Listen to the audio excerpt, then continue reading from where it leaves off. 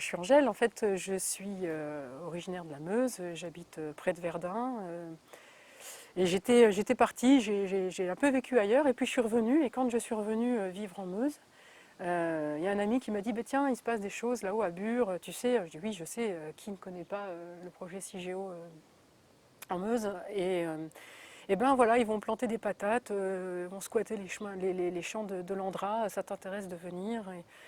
Donc j'y suis allée une fois, deux fois, et puis on a semé du blé. Et au moment où le jus a commencé à être attaqué, défriché, de manière complètement illégale, les personnes qui étaient là-bas, qui étaient en lutte à ce moment-là là-bas, m'ont appelé à tout le réseau des personnes qui avaient participé auparavant à semer le blé, à mettre des patates dans les champs à l'Andra. Ont été appelés à venir et donc j'ai répondu à l'appel le 19 juin 2016 et puis ce qui devait arriver arriva, je n'ai jamais pu quitter cette lutte parce que plus on approche de ce projet, plus on approche, plus on comprend ce projet, on c'est impossible de le laisser faire. On ne peut plus se taire. Une fois qu'on sait, c'est souvent comme ça, une fois qu'on sait, c'est fini, on sait. On ne peut plus se taire et on ne peut pas laisser faire ça parce que si on laisse faire ça, c'est une catastrophe. Et quand on est un être humain sur cette terre et qu'en plus on a un enfant, mais on a quand même envie de laisser quelque chose d'autre qu'une catastrophe nucléaire derrière nous. Donc voilà comment je suis arrivée à la lutte à Bure. Dans le cadre du contrôle judiciaire, depuis que j'ai été mise en examen, le 22 juin, j'ai l'interdiction de me rendre sur la commune de Bure et de Saudron, qui sont les deux communes sur lesquelles repose le laboratoire CIGEO de l'Andra, où ils veulent entreposer les déchets nucléaires les plus toxiques.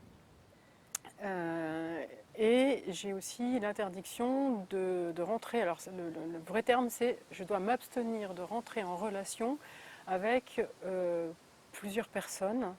Et maintenant on est au nombre de 9 personnes avec lesquelles je n'ai pas le droit de rentrer en relation, qui sont des personnes assez importantes dans la lutte, enfin en tout cas importantes pour moi, qui sont des amis pour la plupart, avec lesquels j'entretenais des liens à la fois amicaux et à la fois pour la lutte.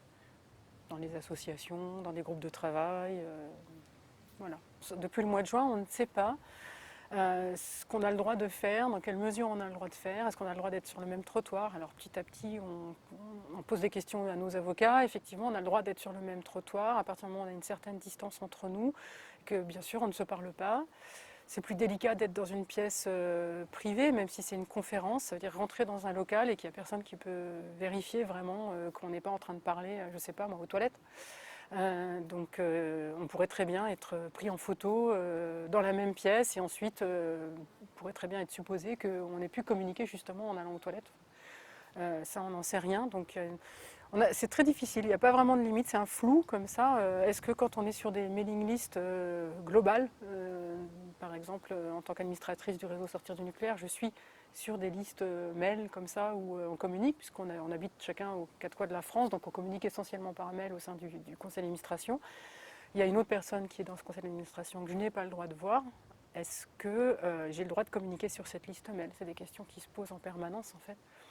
Et bien sûr, on a bien compris que pour une réunion, on n'a pas le droit, puisqu'une réunion d'organisation, d'association, bien sûr, c'est un lieu plutôt privé. Et on n'a pas le droit là d'être ensemble dans la réunion, donc on organise notre garde en fait. C'est comme une garde alternée, il y a des personnes qui s'occupent de communiquer avec chacun d'entre nous pour fixer l'heure à laquelle on pourra participer à la réunion, la tranche horaire à laquelle on pourra participer à la réunion. C'est assez frustrant, parce que du coup, on est obligé de s'en aller à un moment, à telle heure, à 9 heures, allez, hop, on sort de la réunion, c'est quelqu'un d'autre qui va arriver, on n'a pas, le premier n'a pas la fin, le deuxième, il n'a pas le début des échanges. Le contrôle judiciaire, en fait, il a un impact sur ma vie militante, et de fait, par cascade, il y a un impact sur ma vie familiale et personnelle. Puisque, effectivement, il y a un moment où je me suis dit, mais comment je vais m'organiser, en fait, puisque si je reste en Meuse, ce que j'aime faire en Meuse, c'est notamment lutter contre cette poubelle nucléaire. C'est ce que je fais depuis 2 ans, maintenant vraiment de manière intensive. Et il se trouve que je ne peux plus aller aux réunions. C'est vraiment compliqué d'organiser ces réunions. C'est compliqué.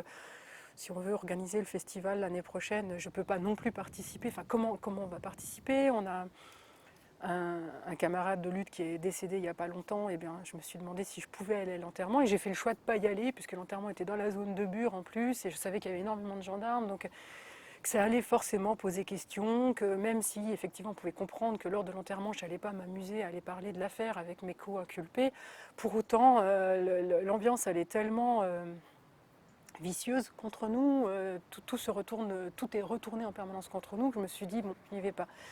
Et c'est vrai qu'il y a un moment où je me suis dit mais pourquoi je reste en Meuse en fait? Est-ce que je ne devrais pas, vu que toute cette affaire-là a un impact sur ma famille, que finalement, quand on vient me chercher à 6 heures le matin, si mon fils, je vis chez ma mère avec mon fils, si mon fils est là, par chance, la dernière fois il n'était pas là, il était à l'internat, mais effectivement il aurait pu aussi très bien me voir embarqué par les gendarmes à 6 heures le matin.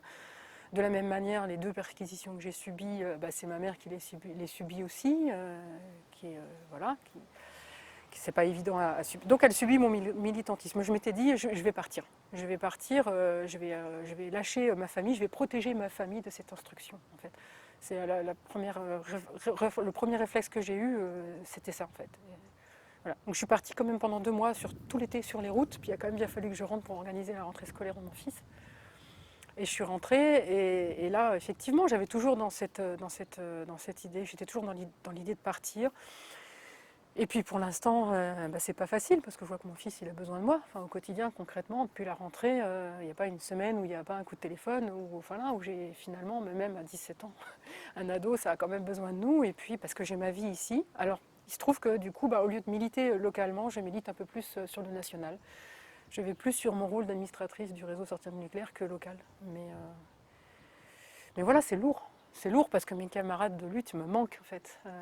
Mes amis voilà, me manquent. Enfin, c'est avec eux que j'échange, c'est avec eux que je débat, comme toute personne qui s'implique dans une association, que ce soit une association contre le nucléaire ou pour le foot. Enfin, voilà, une association sportive de la même manière. On a besoin de communiquer pour organiser le repas de fin d'année ou le loto pour gagner de l'argent. Mais même ça, nous, on ne peut plus le faire en fait. Donc c'est vraiment... oui, c'est une liberté conditionnelle, ça porte assez bien son nom. Et c'est une cage virtuelle dans laquelle on est. On s'auto-censure en permanence, en plus comme c'est très flou, donc on est obligé sans arrêt de s'auto-censurer, de poser la question tous les matins, tous les soirs. Aujourd'hui, si je veux me rendre à cette réunion, est-ce que je peux y aller? Et tous les soirs, demain, est-ce que si jamais ils arrivent pour m'emmener, pour m'embarquer, est-ce que je suis prête? Est-ce que tout va bien? Est-ce que tout est organisé? Est-ce que pour mon fils tout va bien? Enfin, voilà, ça change la vie, ça change, mais à force, on s'en rend plus compte. C'est vrai qu'il faut le raconter pour s'en rendre compte. C'est une évidence. Enfin, tant que le nucléaire tiendra, moi je tiendrai de toute manière. Enfin, c'est hors de question qu'on laisse enfuir ces déchets-là dans la terre. Enfin, c'est hors de question qu'on les laisse enfuir là ou ailleurs. Hein. D'ailleurs, c'est hors de question que ça. Et puis qu'on laisse continuer cette énergie. Elle est mortifère. On ne peut pas. Il y a d'urgence, il faut arrêter d'utiliser cette énergie nucléaire. Et il semble qu'on ait du mal à se faire entendre, et par les pouvoirs publics et par la population, quoi que ça change. Donc, voilà, je pense qu'il y a urgence. Puis je suis de Verdun. Donc, quand on est de Verdun, on se souvient qu'il ne faut pas baisser les bras et que quand il y a un danger tel que celui-ci, pour l'humanité, on ne baisse pas les bras et on continue, même si parfois il faut sacrifier beaucoup de sa personne et de sa vie personnelle. C'est ce que je fais, mais je ne veux pas m'arrêter.